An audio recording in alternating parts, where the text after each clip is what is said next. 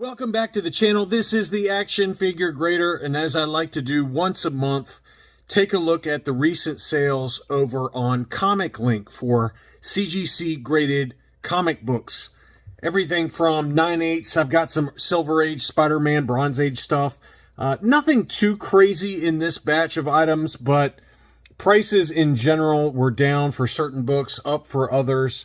I do have a lot of Star Wars books to cover as well. I could talk about the comic book market every day, but nobody cares about them. So I'll try to keep this one a little more brief. Sometimes I can go on a tangent for like 30 minutes. No promises. This video might end up being that long, but let's go ahead and take a look. We're going to start with Amazing Spider-Man, then go to Batman, and then things like G.I. Joe and some autograph books, and then some X-Men, Deadpool books, things like that. All right.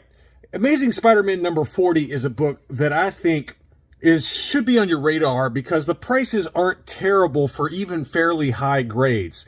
This is the origin of the Green Goblin, and it's a pretty great cover where it shows Spider-Man defeating the Green Goblin. This was a 9.2 with white pages. This is from 1966, so right in the heart of the Silver Age Spider-Man books. Beautiful, beautiful cover. And a 9.2 with white pages, that's pretty high grade. This one sold at $17.11, and I had it on my target list because it's one I wouldn't mind having. I've got Green Goblin's first appearance, which is ASM 14, and I thought it would be nice to pair it with this one. But I was kind of, my budget and my kind of idea that this one would sell for around $1,700, and sure enough, that's about where it sold for. But I didn't end up going after it. I decided to stay cheap, and I did buy a couple of Copper Age books, but this one was definitely a really nice copy for the price at a 9.2 with white pages. Tough to get white pages sometimes. Another one that I do have in my collection, I've got mine in a 7.5 with white pages. This is an 8.0 with white pages. That's ASM 41. The very next book. This is the first appearance of the Rhino. Really great cover. I was just curious to see where this one would sell relative to my 7.5 with white pages, and it ended up going for $12.05, which is about 20% higher than what I paid for my 7.5. So admittedly, mine's a lower grade, same page quality, probably about right, maybe a little higher than I expected. I was thinking maybe 1,100. So, you know, again, it's not the highest grades you can get. I see them all the time in higher grades, but I think that's a pretty good sweet spot to aim for if you're into first appearance of major villains from the Silver Age Spider-Man run. But anywhere from 7.5 to about 8.5 is a pretty good target because it's kind of the sweet spot, I think, for where a lot of collectors like to stay for some of the more expensive Spider-Man first appearance keys. But 12.05 took that one home. Here's another one, and this was mentioned by Bry's Comics, who's on YouTube. He felt that this book is underpriced, and it's funny because when I saw him list this book, this was one that was on my watch list because I think that this book is pretty underrated. It's the first cover appearance of Mary Jane Watson, and I don't love the cover. It's kind of it's a little goofy. It kind of shows her performing, and then behind the curtain, Spider-Man's beating up some goons. So it's okay though. It's not. I mean, it's not my favorite. But what was appealing about this book is that it was a 9.6 with white pages, recently graded, beautiful colors on it, and it sold at $12.22. So even in high grade for some of these fairly nice books, ASM 59. This is from 1968, right in the heart of where a lot of the major characters from the Amazing Spider-Man universe were getting introduced or having their first covers. To be able to get it in a 9.6 with white pages, the first Mary Jane Watson cover, it's a pretty important book. And to get it for $12.22, I thought that was a great deal. Next up, obviously, these are very expensive books because I've got ASM 121 and 122 in it, both of them in a 9.8. And they're fairly easy to find in a 9.8 because they're a little bit later books. They're from the Bronze Age, from 1973, but this is The Death of Gwen Stacy, and it's a pretty iconic cover. I don't think I'll ever get it in a 9.8, but this was a 9.8 with white pages, and it sold for big money. $51.50 was the final number, which is actually down. I mean, this one had been kind of hovering around $5,500 in a 9.8 for ASM 121. I mean, this is just an awesome cover. It's got all of the major characters. Someone close to me is about to die, but who is it? And, you know, his spider sense was tingling, but he couldn't figure out who it was that was going to die. And sure enough, it was Gwen Stacy, which has been covered at length in the Spider-Man movies. But anyway, 5150 is actually down a little bit. And then here's the one. I actually prefer this cover, although both covers are great. It shows Gwen Stacy dead in Spider-Man's arms. And this is where Spider-Man gets his revenge. It's the death of the Green Goblin. Just an awesome cover. Green Goblin's Last Stand. So this one was also in a 9.8. That one sold for $4,100, which again is down just a little bit. It would be kind of going $4,400 to $4,500 in recent sales in a 9.8 with white pages. So down just a little bit, but I thought both of those were very fair deals in the current environment. Next up, on to some kind of 1980s books. We've got ASM 238, which is the first appearance of the Hobgoblin. But as you can see by the label there, this is the Canadian price variant. So this is, one of the more expensive variants for the Hobgoblin. You got the newsstand, you got the direct edition, and then you have the Canadian price variant. And this price surprised me a little bit on the upper end of the range. A direct edition is kind of going anywhere from $1,300 to $1,600. The newsstand is in that kind of $2,500 to $2,800 range. But the Canadian price variant, this one sold for $4,850, which I was thinking more like $3,600 to $3,800. But this one blew past that number. Canadian price variant for ASM 238. Big number there. Another pretty common one, ASM 298. And this is kind of Todd McFarlane art. Pretty great cover with Spider-Man fighting Chance. And this one, has come back down to earth just a little bit. This one did sell at $590, which was maybe a little higher because of the custom label there. But I was a little surprised it went that high, just given where this one has been going. This one has kind of been going kind of $450 to $500 in some other sales I've seen on Instagram. So this one did go a little bit higher than that. Obviously, ASM 300 is another one. That's a big one. Origin and first appearance of Venom. And this one has come back down to earth a little bit. And a lot of it just depends on the centering, the colors, if it's got any kind of jagged lines on the cut for the actual book. And this one did have some kind of rough edges on the back of the book. It was recently graded, so you could look it up on the CGC website for the high-res photos. So this one did sell for $25.59. And again, I looked it up online. I would love to have got it for that, but the back of the book did have some pretty jagged edges from where the cuts were. So I stayed away from it. So that one sold at $25.59, which is at the very low end of the range. This one sold at $2,700. And this one was a little cleaner, and it was actually a very tempting copy. Very nice copy. I looked it up on the CGC website, and it was acceptable. It wasn't perfect. And I'm probably being too picky with which one I want to go after, but I would like to get this one in a 9.8, just the direct edition. Origin first appearance. So last month we were talking about this book, and I bid on a couple of them, lost both. And they had been going kind of $2,900 to $3,100. Now we're going $2,500 to $2,700. So a lot of YouTubers seem to think this book's going to continue to come back down to earth a little bit because it's still above COVID prices, or, above pre-COVID prices from 2020, 2021. This is still kind of higher than where this was traded. This was kind of trading $2,500 before the COVID hoopla. So if it gets back down to that number, if it gets back down to consistently $2,500 and below, I would be very tempted to get this book. But it does come up very regularly. There's a lot of them on the census, so I'm not particularly worried about getting it anytime soon. I've been kind of more focused on Bronze Age Batman, Neil Adams books, and Silver Age Amazing Spider-Man books lately. Although I did pick up in this batch, in this ComicLink auction, I did pick up a couple of later books. Here was Batman 308. This is another one. It's not a first appearance, but it is a really great Mr. Freeze cover. His first appearance was Batman 121, which he was called Mr. Zero back then. And I think it was Detective Comics 373 where they changed his name to Mr. Freeze. That's his second appearance. But so this is a later appearance. This is from 1979, but it's a great cover. Just an awesome cover showing Mr. Freeze kind of turning Batman into like a frozen zombie type thing. So it's an awesome book. On eBay, these typically go for $350 to $400. Maybe you get it for around $300. This one sold at $193, which was a great deal because it was recently graded, perfect colors and centering. And if I had been smart, I would have bid on it. To get it anywhere around $200 is a no-brainer. So if you see Batman 308 come up at auction and you can get it for that price at around $200. Great deal. Just an awesome, awesome book. Next up, this is one I did pick up. This is one I picked up in this auction. It arrived safe and sound. This is Batman number 428. This is from the Death in the Family storyline from 1988. So this is a Copper Age book. It's not super hard to find in a 9.8, but there's only 214 of them in a 9.8 because of the black border. It's a heavy black cover.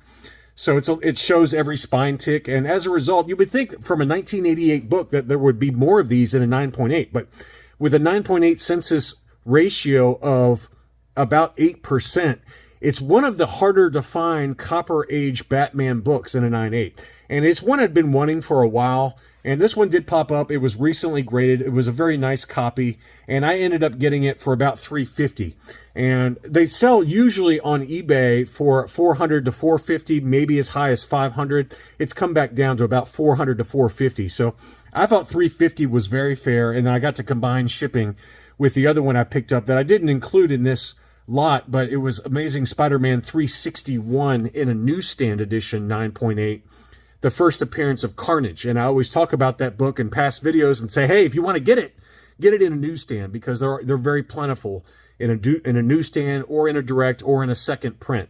So I elected for the newsstand, and I got that one for a fairly fair price. It wasn't like a super deal or anything, but I figured if I'm going to get, I got the Batman book and this one, and I got to combine shipping on them, so I thought it was a pretty good deal for both of them together. I got them both for about $900 shipped after shipping costs and the buyer's premium that you have to pay for ComicLink auctions of 3%. So very happy to get that one in my collection, though. The last Batman book, I got two more Batman books, but this is one that went kind of way below market as well. It's a fairly easy one to find in a 9.8.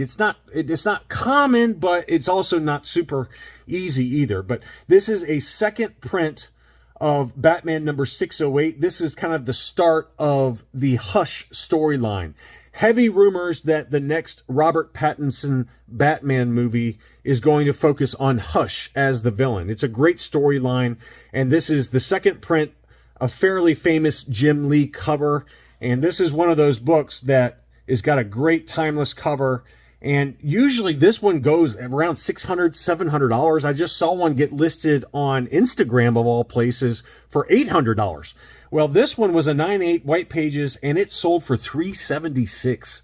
So if I had been smart, I would have bid on this one, because $376 is pretty close to half of what this one typically goes for. It just kind of fell underneath the radar with all the other awesome books that were for sale in this auction, and I am shocked about how low that is. That's easily the lowest price I've seen for Batman 608 second print, $376. What a bargain on that one.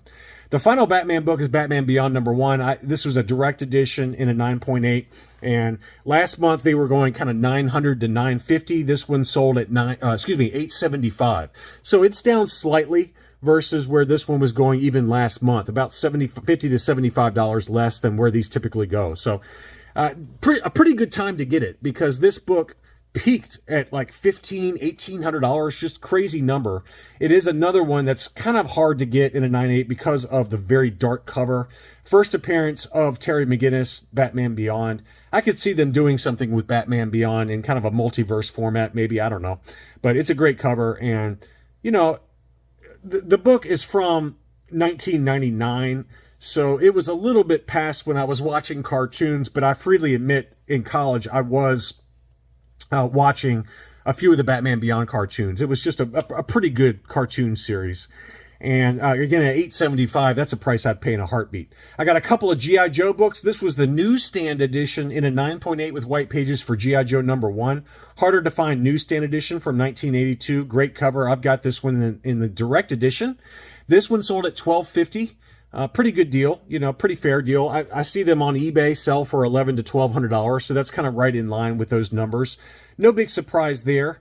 Here was the other one I wanted to point out. This is the first full appearance of Destro in comics, which is G.I. Joe number 14. This was a 9.8 direct edition, but great cover on this one. This one's also come back down a little bit. This one sold for $253.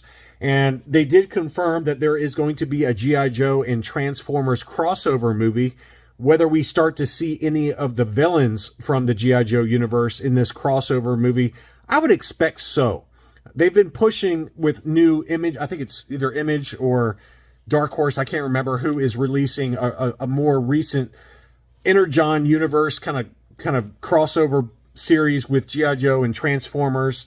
And they have all the main villains, Cobra Commander, Destro, Serpentor. So I could see Destro and Cobra Commander and maybe some of the other villains like Storm Shadow, Baroness appear in that crossover kind of reboot. It's almost like a reboot of G.I. Joe in the Transformers universe. It was just a matter of time before it happened. So now's a pretty good time, I think, to grab his first full appearance in G.I. Joe number 14, given that this one sold at $253. Good deal on that. Here's one I just wanted to point out. This was an auction, but I wanted to point it out. This was Ghostbusters Legion number 1. No big first appearances, but it was signed by Dan Aykroyd, and it's the GrahamCrackers.com book, so it's a little tougher to find, low census count. And I was thinking about getting it for my brother because he's a big Dan Aykroyd fan. It was signed by Dan Aykroyd, and I was like, if it stays under $200, maybe I'll grab it for him for like an early birthday or Christmas present, hold on to it for him. It sold for $1,000. So I was way off. I was way off as to what I thought it would sell for. And it was, in all fairness, a fairly low census count. This one was the single highest graded example in terms of signature series, 9.8, signed by Dan Aykroyd in 2010. So I had no idea what it was worth. I was like, I was thinking $200 maybe. It sold for $1,000. So my brother is not getting a $1,000 comic book for his birthday, but I thought I wanted to show that one. The other signature series book was this one, Darth Maul number 1. This was signed by Ray Park. I just love the cover on it. The yellow of the background really pops with the yellow of the signature series label, and Ray Park always has a really cool signature on it. That one sold for $210 on 15 bids. Pretty good book there. Some other Star Wars books I wanted to point out. This was Star Wars number 92 from the original Marvel run, 1985. It's just got a great painted cover with Darth Vader and Luke Skywalker. And this is the first Jan Duursema Star Wars art. And I remember one of these going a couple of years ago on Heritage for like $900 in a direct edition, not a newsstand. And I could not figure out why, because it's not like a super hard book to find. But this one kind of came back down to earth. This one's at $193 is what this one sold for. And again, it's not a key book, but it's just such a beautiful cover that I wouldn't mind having this one in my collection. It's just a beautiful, beautiful Darth Vader and Luke Skywalker painted cover from Jan Duursema. Absolutely stunning. Next up, Clone Wars number 1. First Ahsoka. This was the regular cover A. That one sold for $950. And this one had been going kind of $1,100 a month or two ago. So this one continues to drop. I expect that one to continue to drop. It just seems like nobody particularly cares about Ahsoka.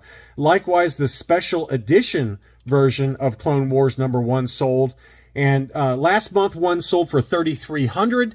This one sold for $3,000. So continues to drop. I expect this one to get down to $2,500. That's my expectation. Whether that happens or not, I don't know. It would be tempting to pick this up. If it gets down to $2,000 or $2,500, that's a little more palatable than $5,000 or $5,500, where this one was going for about a year ago. So $3,000 was the final sales price on that one. This is another one I just wanted to point out only because they did announce that they are making a new Teenage Mutant Ninja Turtles movie based on The Last Ronin, which kind of takes place in the future, and it shows the last remaining Teenage Mutant Ninja Turtle. The rest of them had been killed by Shredder's son, I think, or something like that. So it was a newer kind of book, short release, shorter series. But this was for the original Teenage Mutant Ninja Turtles movie, and this was the movie adaptation in a 9.8 with white pages, and there's only 3 of these on the census. And so I was a little bit tempted because it is a great cover, and it's got Shredder in the background there. That one sold for $263. I thought that was a really good deal for having one of 3 from the movie adaptation. There's several different covers, but I thought that was a cool cover for $263. Next up, New Mutants 98. As I mentioned, now's not a good time to buy this first appearance of Deadpool because the latest trailer came out and it's looked pretty awesome. And this book is up. This one had got down to about $1,100 or $1,200. This one sold at $1,400. So that's too much to pay. I would not pay that right now. Once Deadpool and Wolverine comes and goes in the theater, and I expect it to stick around for a little bit, because I think it'll be the first R-rated MCU billion-dollar movie. I think it'll hit $1 billion. This movie is going to be unbelievable, I think. I'm going to see it day one in the theaters by myself without my screaming kids or wife. I got to see it. And this is going to be a pretty awesome movie, I think. But right now is not a good time to pick up New Mutants 98, his first appearance, in a direct edition at $1,400. I think it might get closer to $1,100 or even below that. A lot of people think it might get below $1,000, in which case I will definitely buy one. Ultimate Fallout 4, the first appearance of Miles Morales, standard cover A. It's been hovering around $1,100 for the longest time now. This one did sell at $1,128. So it seems like the price floor, at least right now, is hovering at $1,100. It stayed consistently at $1,100 for the last 3 or 4 months, and does not want to break through under $1,000. You might find it under $1,000 or at $1,000 on Instagram, on some of the big comic resellers that are out there, consignment stores, but at least on the big auction houses, it's very consistently staying above $1,100.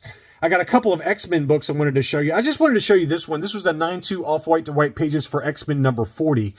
This book is kind of an underrated book. It's the first appearance of Frankenstein in Marvel Comics, and it's also the origin of Cyclops.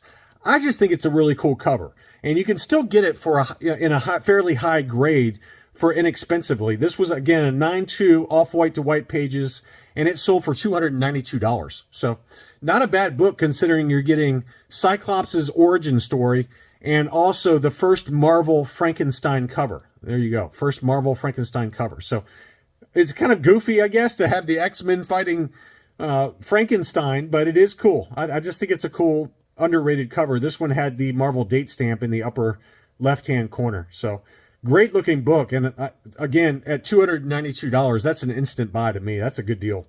The final X-Men book I wanted to show you is X-Men number 129 in a 9.8. This is the first appearance of Kitty Pryde, the White Queen Emma Frost, and Sebastian Shaw in comics. Great cover as well. And it's always an expensive book. Usually trades around $2,500. This one did sell at $2,300. So again, I still managed to go about 23 minutes. I hope you enjoyed this look at the April/early May sales over at ComicLink. Thanks as always for watching, and I'll be back soon.